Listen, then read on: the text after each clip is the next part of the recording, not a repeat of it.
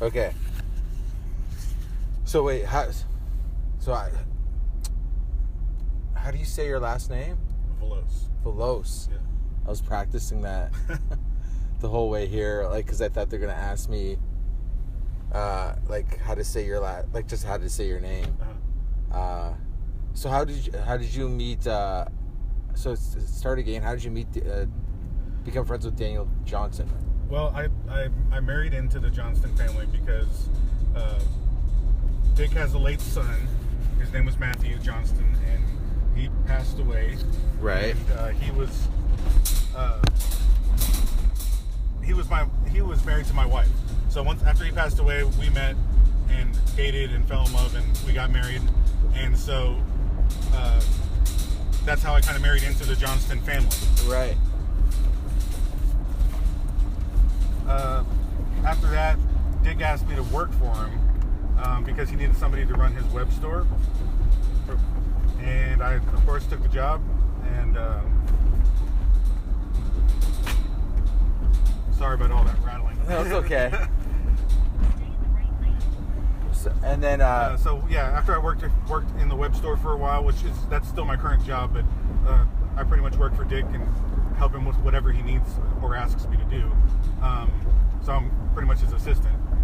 In 2017, they announced the final farewell tour for Daniel, and it was a U.S. tour plus one date in Canada. And he asked me to come along and sell merch and help out with different things on the tour, like driving and looking after Daniel. And that's how me and Dan became friends. And you were saying, like,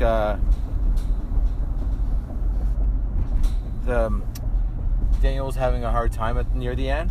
He struggled through a lot of the shows, but he still managed to get through entire sets. He's famous for playing a few songs and then walking off the stage, which he's done many times throughout his career. Also, many of his shows have been canceled over the years, but of all the dates on the tour, we made it through every single one of them, and he didn't walk off the stage or anything, and they were all really good performances. So how long was that? His last tour? That was his final tour. Yeah. So 2017. Mm-hmm. And what was how long was the set? Did I ask? I forget. It varied. Usually about an hour for each city. He did 2 nights in Chicago. Both were sold out. So that was really great.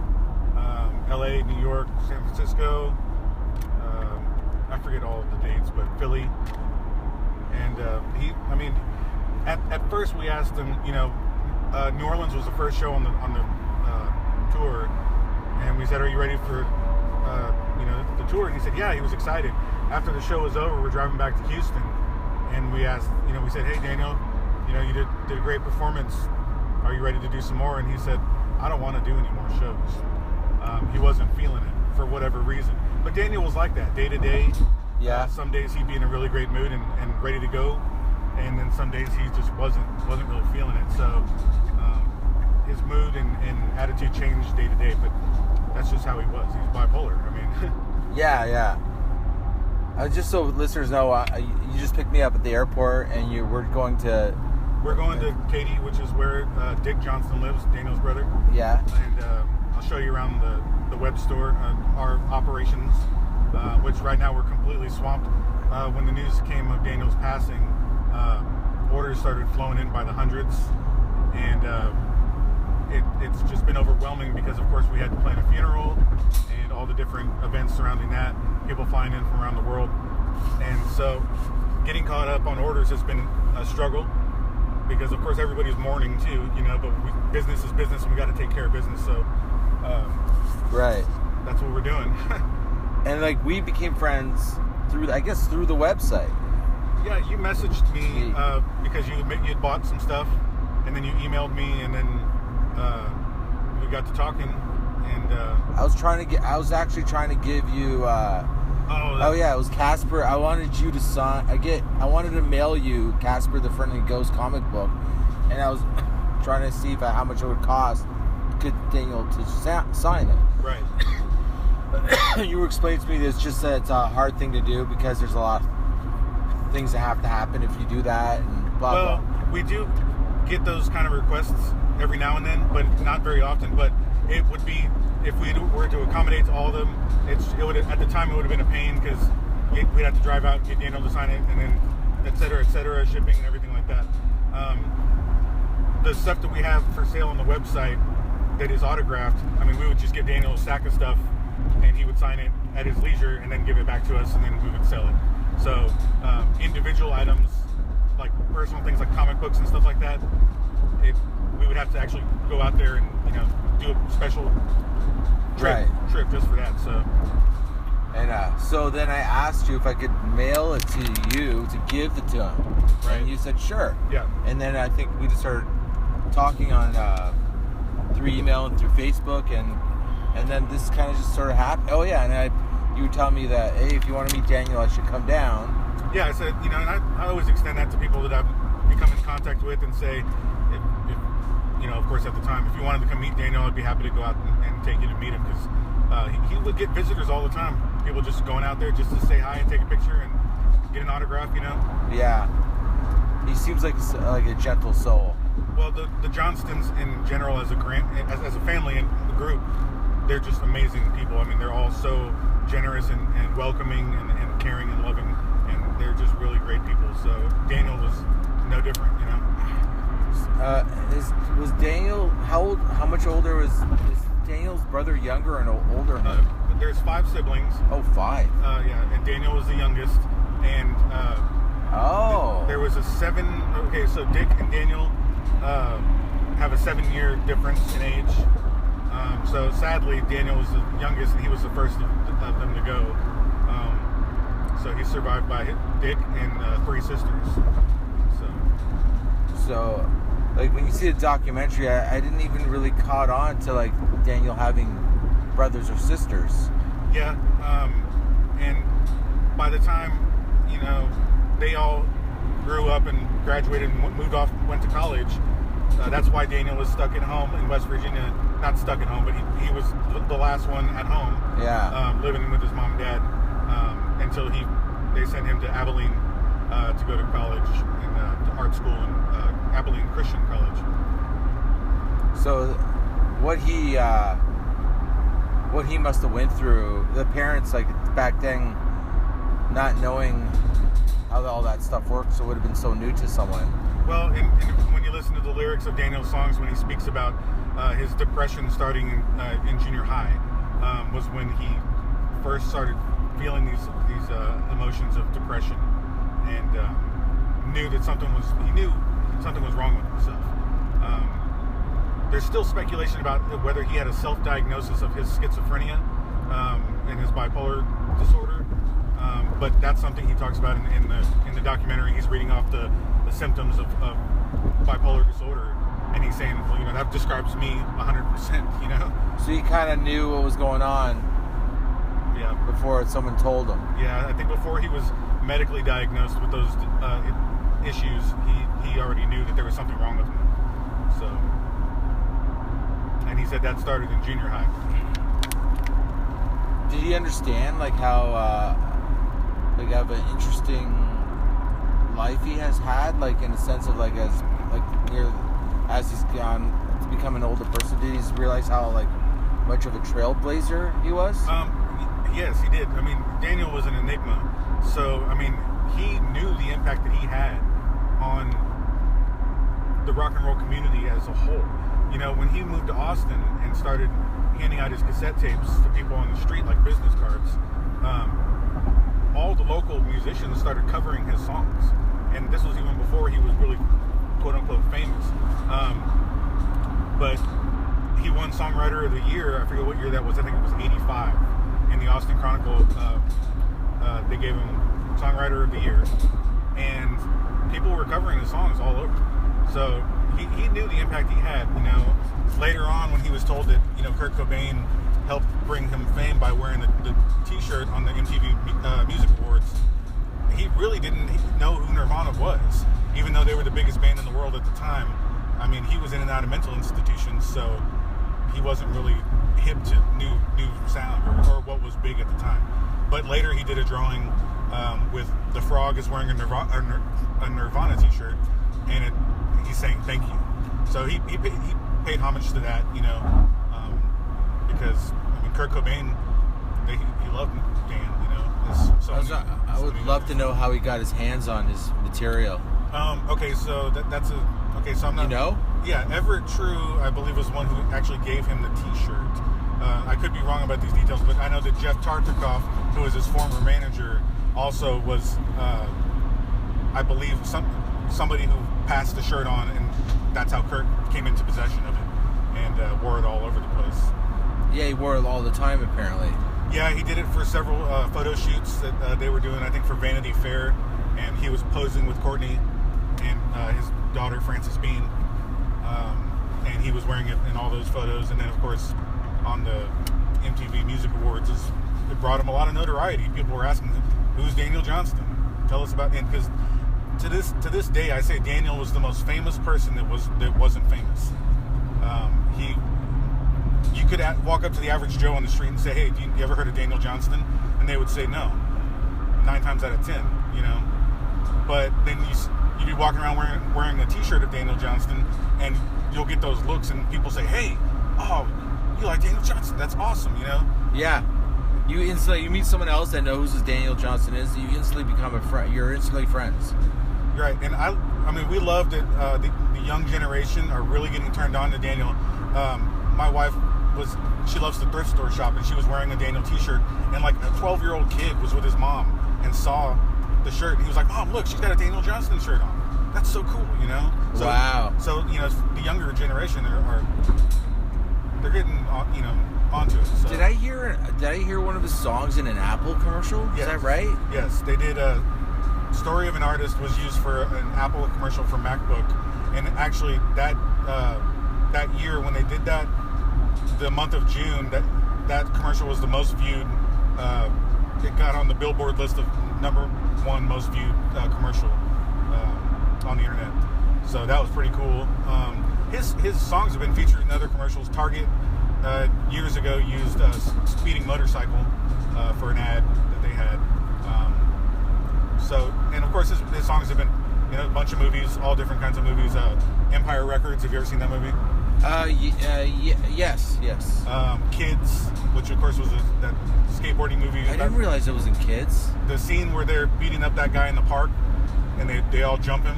That Casper the Friendly Ghost is playing. No way. Yeah, that was actually my introduction to Daniel Johnston back in 1994 when I saw that movie when I was like 13. And of course, that scene in itself is shocking and very powerful.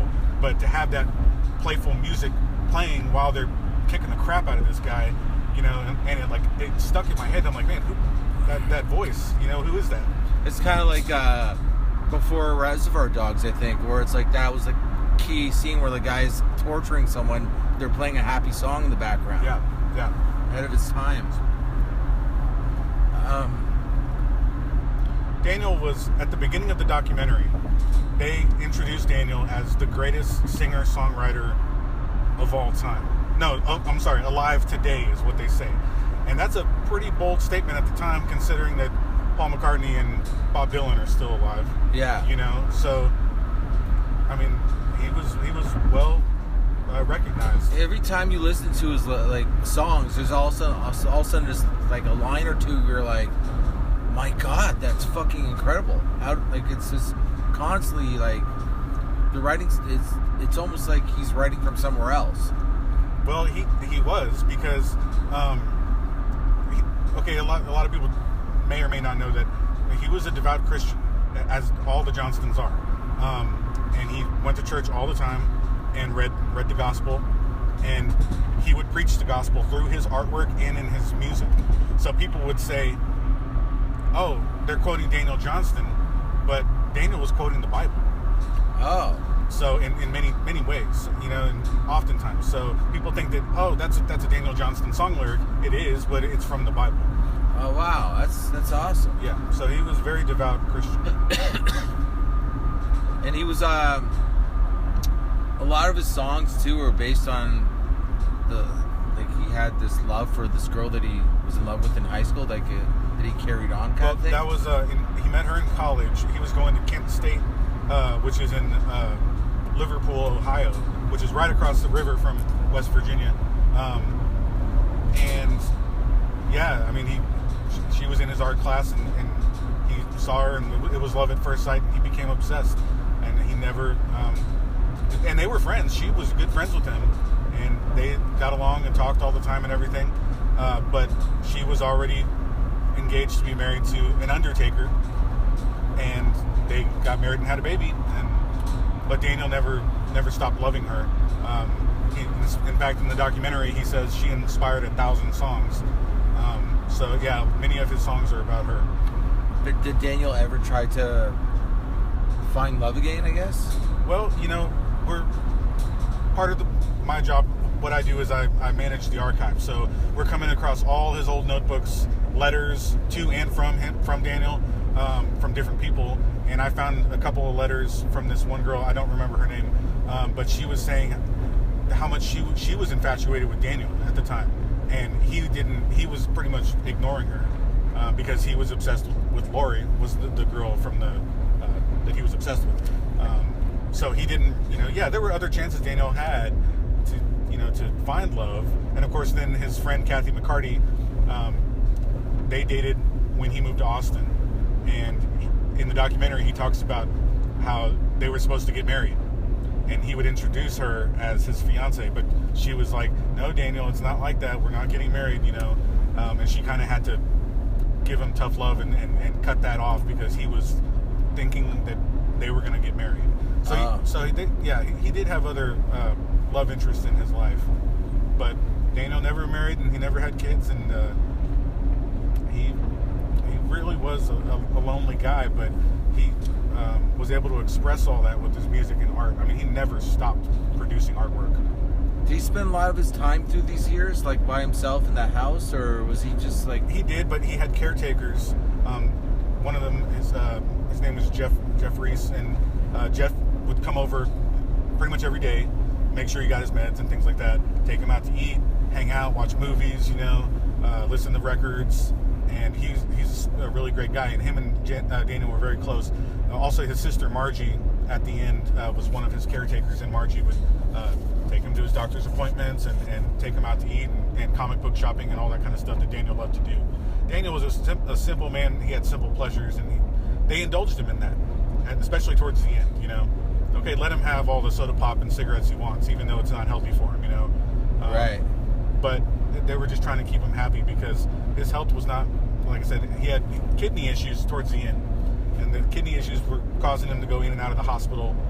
And eventually it took its toll, Were the kidney issues just because, or was it had to do with taking medication? Well, and over the years, his medication schedule was changed so many times. I can't even begin to tell you the number of drugs he was on for different reasons, but they were trying to balance out his, or try to sort out his schizophrenia and the bipolar issues and things like that, on top of his mounting other issues, like he had diabetes and, from all the soda pop and stuff. And the kidney issues, I'm not exactly sure what was happening there, but he actually went into a coma.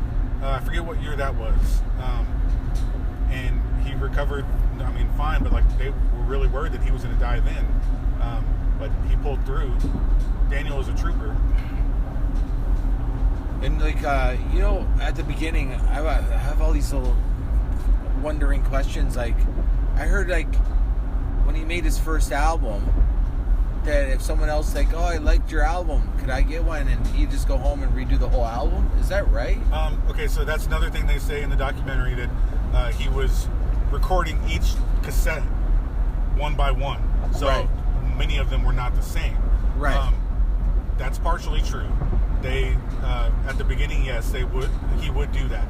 So he was making cassette tapes for his friends and passing them out that way, and then he would do it again, and sometimes he would switch up the order of the songs and things like that.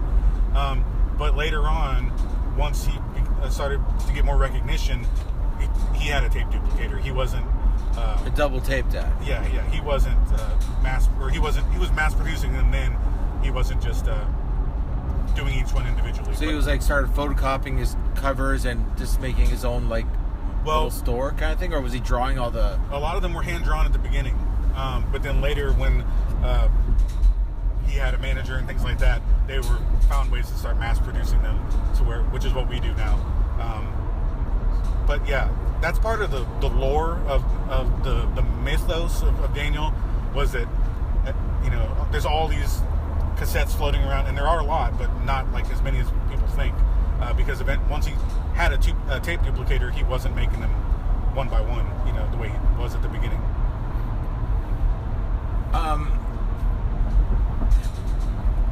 How many of these originals are kicking around that you know of? It's hard to say. I've seen a lot of people sharing pictures of theirs that they have from the old Austin days, I got on eBay and I saw someone trying to sell a cassette tape for like $9,000, so... Is it an original? It appears to be one, yeah. But, I mean, you got to be a hardcore collector to spend $9,000 on the cassette tape, But people got that kind of disposable income, I guess they can do it. Definitely his artwork has gone up in value since his passing.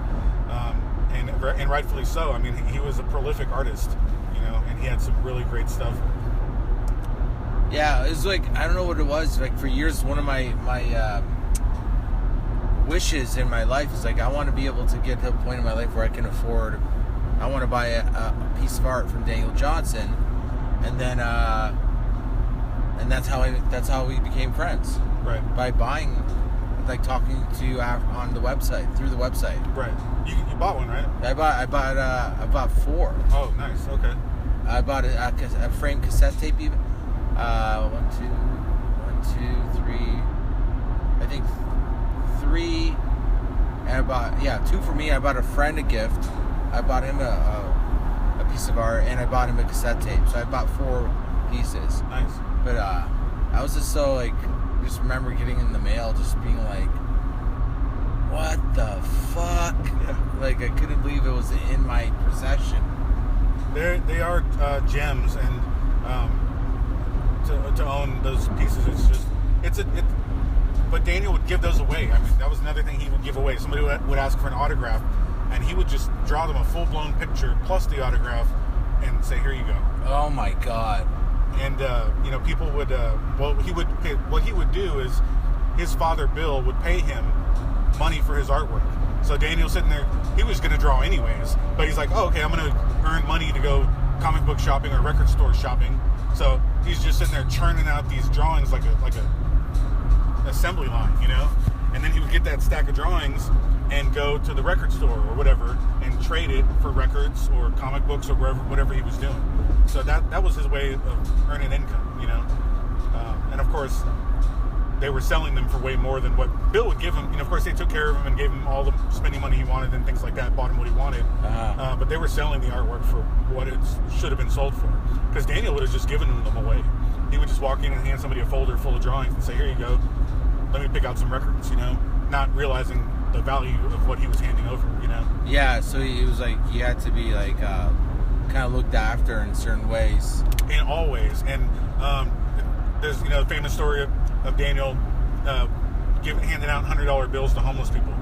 Money wasn't a thing to him. He didn't realize the value of it, and so as long as he had his vices, he was happy.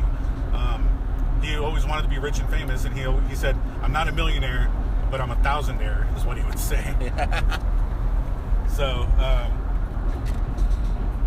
and through the last, say, like, would you say through the last, like, 5 years or so, was he like, could you have conversations with him? Like, yes and no. Especially towards the end there, he was very, didn't say much. And when his medications were really kicking in, he wouldn't be very coherent when he was saying things. But he always had to be on that medication, those medications, otherwise it would just go the other way too far, right? He had some episodes that, I won't go into too much detail, but yeah, there were several incidents that are well known, like in the documentary they talk about the lady, the girl, the lady that he forced out the window, which I bet you he probably doesn't even remember. I bet. Well, no, probably not especially towards the end. There was the incident where he hit his old manager in the head with a lead pipe. actually got to meet that guy. He came to Daniel's funeral, and I had a conversation with him, and he was a really nice guy. But I mean, that gave that guy PTSD, to this day, because it was a traumatic thing. Daniel put him in the hospital. So like it was one of those situations where he probably didn't even see that coming. All of a sudden, it just bam, and it was done. It was one of those manic things. He had a manic episode, and and then of course the famous story of him throwing the keys out of the airplane when his dad was flying, and they crash landed, and they both walked away. And how was his dad after that situation? Because his dad seems like was he tough as nails kind of thing? Yeah. Bill was a no frills, no nonsense kind of guy, and he was a very strong family man, and he loved all his children, no matter what. So even though they, Daniel thought that they were invincible, that they couldn't die. So he was in his head. He was like, oh, we can parachute, out of the plane, and Bill's like, Daniel, we don't have parachutes, Yeah. So, but yeah, Bill was very even after that incident, he still loved Daniel very. But was he okay? Like was this you're talking about the other guy's PS? Oh, PTSD, yeah. No, he was fine. See, that's so interesting to me, isn't it? Yeah, it is. I mean, he was a veteran, and he was a very skilled pilot, and I don't know. I guess he'd been through a lot, and wow, just so wild. Yeah, it's a really wild story. And poor Bill, he actually passed right before we went on the final tour. It was like days before, so that was.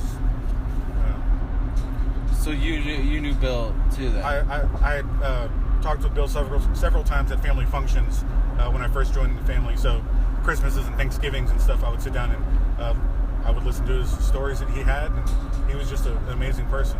Do you ever feel like looking at all like how you're like in the middle of this thing that's you're part of music history yourself in a way? Yeah. Do you ever think about that stuff? Not really. I mean, I just do my job, which is to like I said, help out Dick and manage the store. But I'm also part of the research team that's working on the new biopic that's being made about Daniel. It's been in the works for a long time, but we finally have we have a new writer now. His name is Jason Nodler, and Jason Nodler actually did the Speeding Motorcycle rock opera. So he's an expert on Daniel's life and career. But he's writing the script for the biopic that's going to be coming out.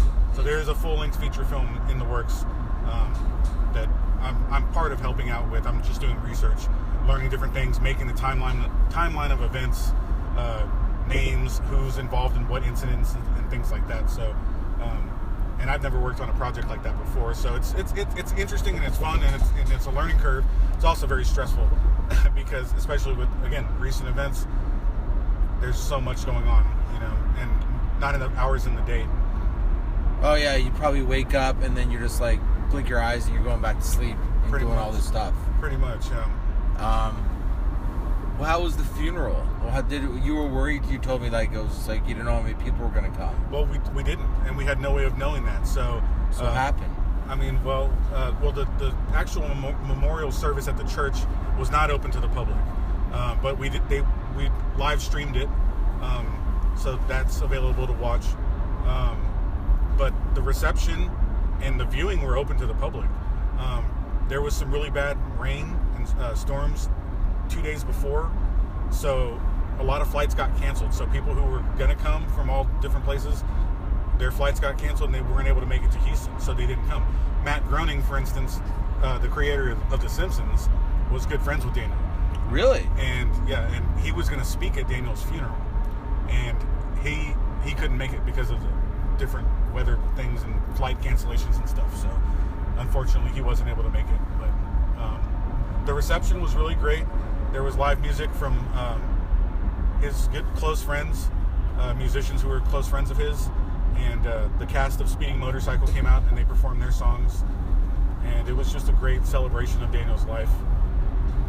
Did you see that Eddie Vedder covered one of his songs recently? I did, yeah. He did "Walking the Cow," and he's always been one of those guys, much like Cobain and the bigger name rock stars like Cobain and Beck and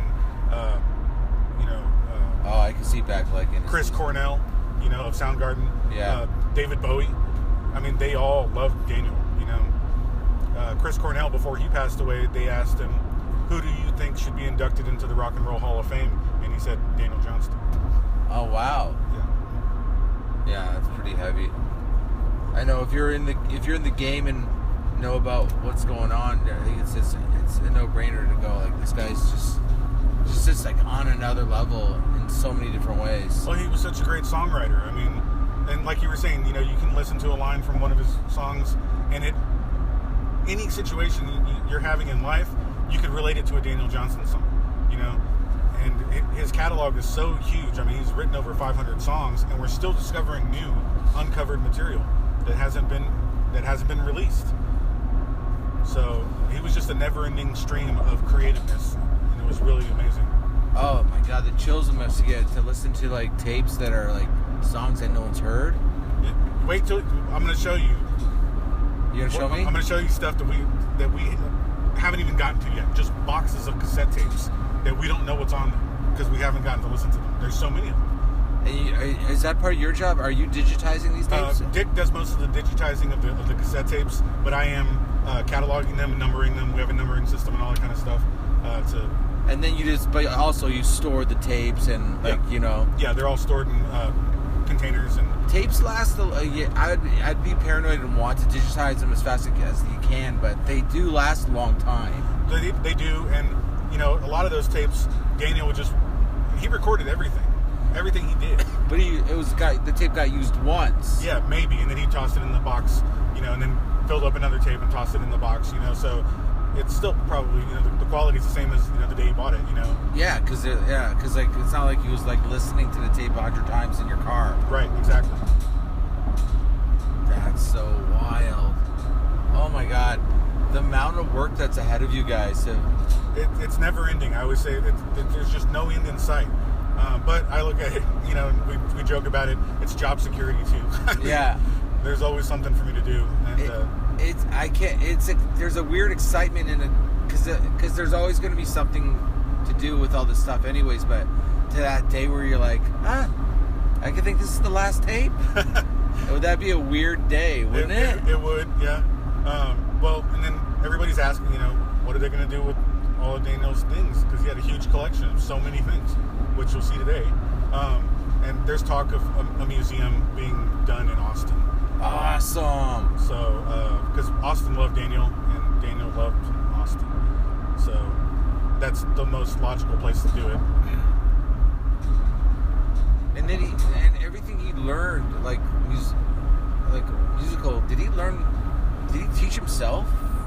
I believe he was self-taught on the guitar.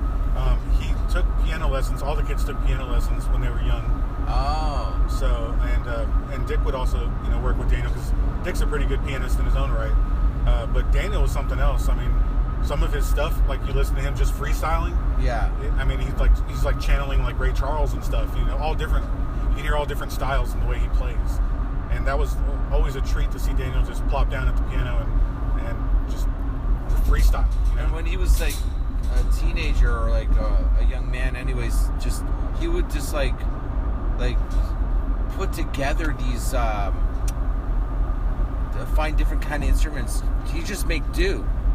Okay, so Yip Jump Music, one of his most famous records, he recorded that at the time he was living in Houston with Dick and his wife, and he recorded that album in Dick's garage on a rinky-dink cassette player. Right. And he had Dick's weight bench set up as like his recording station, but he had a toy chord organ, and he had a Smurf ukulele, a toy.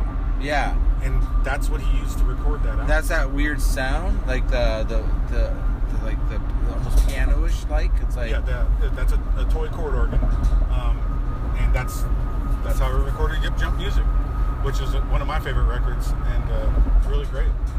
Yeah. And he even just thought, I guess he also was figured to do the art for every cassette he made. Right. And the baby that's on the cover of Yip Jump Music, I always thought it was supposed to be Casper the Friendly Ghost. It's actually his nephew, Dick's son, Drew Johnston. That's at the time, and that's how he got the name Yip Jump, because they had Drew. He was an infant at the time. He was in one of these little things where you bounce around in. It was called a Johnny Jumper. Yeah. So he'd be jumping around in the jumper, and Daniel was going Yip Jump, you know. And so that's where the title Yip Jump came from, and that's why that baby's on the cover. That's Drew Johnston. That's so sentimental. Yes. And the other funny story about Yip Jump is that Dick and his wife were out of town. They were both out of town. Dick was out of town on business, and his wife was out of town visiting family. And I think it was Hurricane Alicia was coming through the Gulf and slammed Houston. And there's a hurricane happening outside. Right. And Daniel was completely oblivious to that fact, because he's just in the garage just banging away on the corridor, you know? So that's pretty funny that he was just he had no idea what was going on outside. Just like he's just tunnel vision. Yeah. Oh man, it's so weird. I was so stoked to come down here and meet him, and then obviously he passed, but I'm still like, it's weird. I just feel like it's meant to be to still come. Yeah. Well, I'm glad you made the decision to still come and not cancel your trip, because there's so much to see, you know, and getting to see Daniel's house is a real treat, and you're gonna love it. It's amazing. Yeah, I'm like, I feel like I'm in a dream. You know what I mean? Like right now, it's so weird to me, but in a great way. Well, this is Katy. Katy's a suburb of Houston, but it's blowing up. Like it's huge. It's getting bigger and bigger by the day. But we're technically not part of Houston, even though it's pretty much Houston. Houston's, like I said, it's a huge city. Harris County is bigger than the state of Rhode Island. So, and this is Houston. Is this where he grew up, Daniel? No, Daniel grew up mostly in West Virginia. Oh, okay. But you know, once they moved to Texas, Bill and Mabel moved to Texas. They moved to Waller, which is where we're going, which is about another half hour from where we're about to be. We're almost to Dick's house. Are we going to Dick's house first? Yeah, we're going to stop by there first. That's cool. And then we'll go out to Waller. But yeah, he lived out, that's where his residence was out there. So fucking heavy. And his house is just literally like, just stuff upon stuff of like gifts and stuffs. And I miss my exit. So I was talking. That's all good though. It's amazing when you walk in that place. You're just like, holy shit, and like, it's just so much. But yeah, he has all of his fan gifts and stuff like that. Things people send to him, but mostly it's stuff that he had this obsession with collecting things and surrounding himself with the things he loved. Music, artwork, toys, candy, cigarettes. Yeah. It's so wild. Like it seems like that everybody that encounters him in their lives, it just it's always an interesting story too. Like I remember the documentary. There was these guys that saw someone getting mauled by a dog. I think is the story. Do you remember that on the documentary? I don't remember that one. They became his bandmates for a while, and they helped him out. And like they saw this guy's like, and they were like, is that Daniel Johnston getting mauled by a dog? And then, you're talking about the Nightmares. Yeah, so Daniel was in a band with some locals in Waller, and it was called Danny and the Nightmares. But so those guys just literally saw a man getting like a dog biting him or something. Yeah, I think I remember that story. Yeah, and so they helped them out and realized at the same time it was Daniel Johnston. Right. But it's like I was I was in Hamilton, Ontario, and my friend made me pull over my car like in a heartbeat. It was the show was like a block away, I think, where he was doing the show.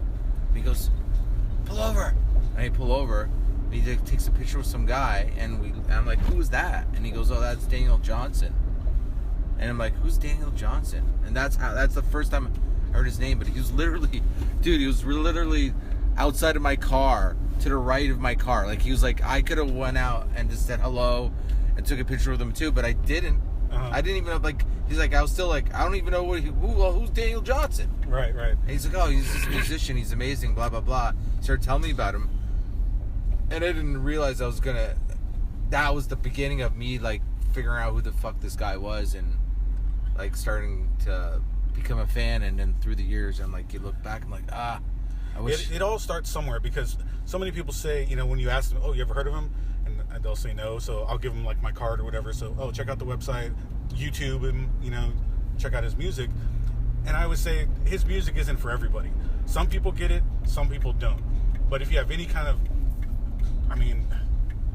especially people who have had a history of depression or mental illness or things like that, there's an instant connection with those people, and he's saved countless people's lives. I've had emails and messages on Facebook from people from around the world saying, if it wasn't for Daniel Johnston, I would be dead right now, because I would have ended it myself a long time ago. So that's an amazing thing to me, to hear how many people he impacted, and I hear it every day, stories every single day. Yeah, there's something about the sound, the way he sings, and the sound of his voice. You feel like he really does. There's a lot of empathy. There's a lot of care. He was raw emotion, and he didn't hide it. It all came out. And to understand where he's at and what he's gone through and what he's about, and someone else out there listening to that kind of music, that maybe by having the same kind of situations, I don't know. It probably would help you get through the tough times. Right. Yeah. The bigger name rock stars, it's hard for regular people to connect with them. Like Kurt Cobain. Yeah, he suffered from depression. And he was said that he hated being a rock star. He didn't want it. He didn't want the fame and fortune, but it came anyways. It came with it. I'm sure there was a point, like, he thought, not that he wanted it, but he thought it wouldn't be as much of his headache that it would end up being. Right. See, Daniel wanted it from a very young age. He's always said, I want to be a famous musician and artist, and he became both. And he was adored by fans all over the world, and he adored them back. I think I could see him also having a very his pitch idea of it was very like a romance of it all. Like, it was like it's like a movie already in his head of like what he imagined. Well, that's a Daniel Johnston line. I make movies in my mind. He loved making things up. He said it's the healthiest thing I do is make things up. And yeah, he loved it. And that was another thing that was one of his dreams. And he did it in his early days. They would make home movies that I can show you that we have on the computer. And he wanted to make movies. He wanted to make films. Wow. And are these things that you're talking about? Are they going to be part of the new thing that you're putting together? One of the ones I can show you. It's in the documentary. It's called "It Must Be Monday," and it's a short silent film of Daniel's mom, Mabel, yelling at him, saying, "Wake up! You're late for school. Get up and eat your breakfast. Get out the door. You're gonna miss the bus." And it's a funny little video that he made. And yeah, I do remember that. Yeah. But yeah, we found other videos and stuff of Daniel, and Daniel was always behind the camera, always filming, always recording. He had a crazy drive to just keep just creating constantly, I guess, eh? Yeah, always. And now towards the end there, he I don't know what it was, but he didn't draw as much as he used to. He spent a lot of time sleeping and just not really wanting to. Whenever somebody would come visit him, he'd be like, "Oh, hey, can we go out to eat?" And we're like, "Yeah, sure, Daniel, let's go out to eat." And, we'd take him out, and then he'd be like, "I'm ready to go home now." And then he would go back home and go back to sleep, or watch movies in bed, things like that. He just wasn't doing very well at the end. His body was kind of, I guess, slowly shutting down. I think so. Yeah, I think so. Because he didn't spend very much time at his art desk. And I'm guessing that was his favorite thing to do. Oh yeah. Besides watching movies, listening to music, playing music, it was drawing. Did he have a favorite favorite movie that he watched a lot or anything like that? Well, I mean, yeah, he loved King Kong. He loved Planet of the Apes. There's one tape where he just goes on and on about how great Planet of the Apes was. But yeah, monster movies. He loved horror movies, old style horror movies like Bela Lugosi and stuff like that, Dracula, Frankenstein, things like that. Are we near his house? This is Dick Street. Oh wow. Yeah, this is where Dick lives. But it's not Daniel's house. This is Dick's house. No. This is Dick's house. This is where we run the business. This is where we operate out of. Cool. All right, listen. I'm gonna end this podcast then. Yep. That was fucking amazing, dude. Yeah. How can people find you if they want to? Do you want them to? They could email me. They could look me up on Facebook. Donald Veloz is what my official Facebook name is. Or they could email me at Donnie@hihowyou.com. So Facebook is my official name, Donald, but I go by Donnie. My friends call me Donnie. So DONNY@hihowyou.com. All right, thanks, man. Yep. Thanks, Donnie. Cool. All right.